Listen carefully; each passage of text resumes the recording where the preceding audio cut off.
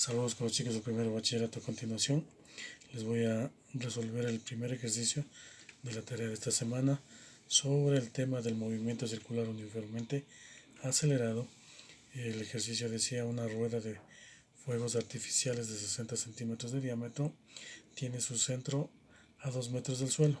Empieza a girar a la derecha aumentando la velocidad uniformemente, de modo que a los 30 segundos ha dado 180 vueltas. En ese momento se desprenden dos carcasas desde los puntos A y B y calcular la velocidad angular de la rueda, calcular la velocidad lineal de cada carcasa, el tiempo que tarda cada una en llegar al suelo y la altura sobre el suelo de la carcasa más lenta cuando la primera ha llegado al suelo. Tengo aquí el gráfico, aquí están los datos. El diámetro de la rueda mayor es 60, el diámetro de la rueda pequeña es 30.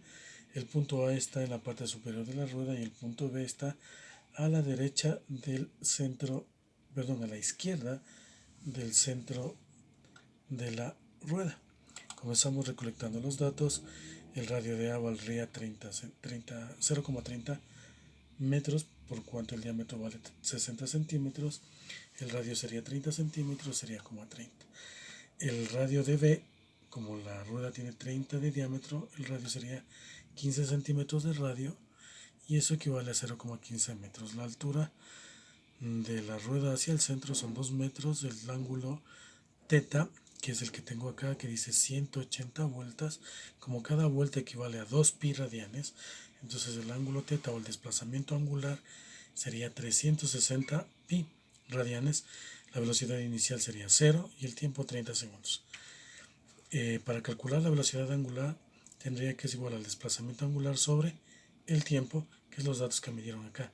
Esto que dicen que ha dado 180 vueltas en 30 segundos corresponde a la velocidad final a los 30 segundos y por eso lo calculamos de esta forma. Sería 360 pi sobre 30 y esto equivale a 33.7 radianes. Para calcular la velocidad lineal tenemos que la velocidad lineal es velocidad angular por radio y aquí solamente le puse velocidad angular, no le puse velocidad angular de A, porque en este caso las dos ruedas están unidas y por eso tienen la misma velocidad angular. Entonces quedaría 37.7 por el radio de A, que es 0.3 o 0.30, y la velocidad sería 11.31. De la velocidad de B, W por R de B, entonces sería 37.7 por 0,15 y la velocidad me da 5.66. Esta sería la velocidad de B y es de la velocidad de A. Continuando tendríamos el tiempo que tardan en llegar cada uno al suelo. Para el primer caso de la carcasa que sale del punto A, fíjense aquí, de acuerdo al gráfico, sale y forma un movimiento semiparabólico. Entonces, de aquí podría calcular con esta fórmula que la despejamos, de la fórmula que es altura es igual velocidad inicial por tiempo más un medio de la aceleración, en este caso la gravedad, por tiempo al cuadrado.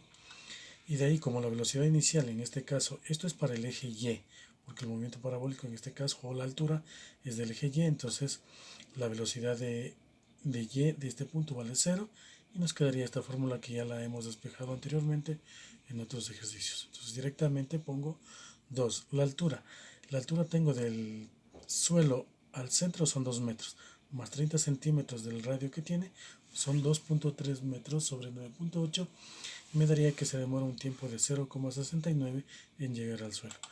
Para el tiempo de B, ocurre que la carcasa sale de este punto, del punto B, llega hasta la cima, hasta el alcance máximo que sería, vuelve a llegar al mismo punto de donde salió y luego cae al suelo. Entonces aquí tendríamos tres tiempos: un tiempo que se demora en llegar al punto máximo, a la altura máxima, el tiempo en que se demora en regresar al mismo punto de salida y el tiempo que de este punto se demora en llegar al piso. Los dos primeros tiempos son iguales y comenzaríamos a calcular primero el tiempo 1, que sería velocidad final menos velocidad inicial sobre gravedad. El tiempo sería velocidad final, en este caso, como llega al punto máximo, sería velocidad final 0 menos 5.66 sobre 9.8. El tiempo 1 nos da 0,577. Como quedamos que el tiempo 2 y el tiempo 1 son iguales, entonces el tiempo 2 también sería 0.577. Para calcular el tiempo que se demora de llegar del punto B hacia el suelo, tengo como necesitaría la velocidad final, pero no tengo la velocidad final, pero sí tengo como dato la altura, y de esta fórmula que utilizamos para también despejar la fórmula esta anterior del tiempo, entonces sacaríamos una ecuación.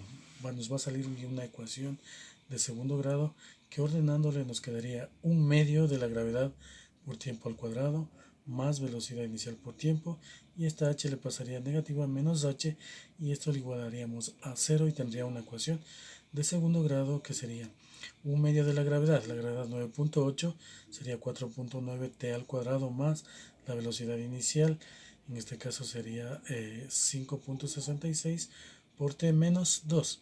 Al resolver esta ecuación me sale, en este caso este sería el tiempo 3, 0,28 segundos y menos 1,47. En este caso lo que tomo el valor positivo porque no hay tiempos negativos. Una vez que tengo esto,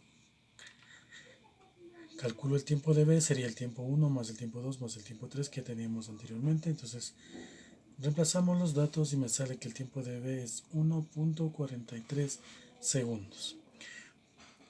Para el literal D me piden calcular la altura sobre la carcasa más lenta cuando la primera llega al suelo. Entonces primero tendría que calcular la altura que alcanza cuando esta llega al suelo. La primera carcasa, en este caso la A, que es la más rápida, llega al suelo en 0,69 segundos. Entonces voy a calcular la altura que esta alcanza cuando ha recorrido ese tiempo. Nos quedaría de la misma fórmula que tengo aquí, h saldría 5.666 por el tiempo 0,69 más un medio de la gravedad. Como en este caso está ascendiendo, vamos a poner que es negativa la gravedad por 0,69 al cuadrado, y me da que una altura de 1.57 metros más los 2 metros que tiene de altura del suelo al centro, nos quedaría que la altura alcanzada sería 3.57 metros. Hasta ahí la presentación, espero que les sirva y puedan resolver los ejercicios que quedan por resolver. Gracias.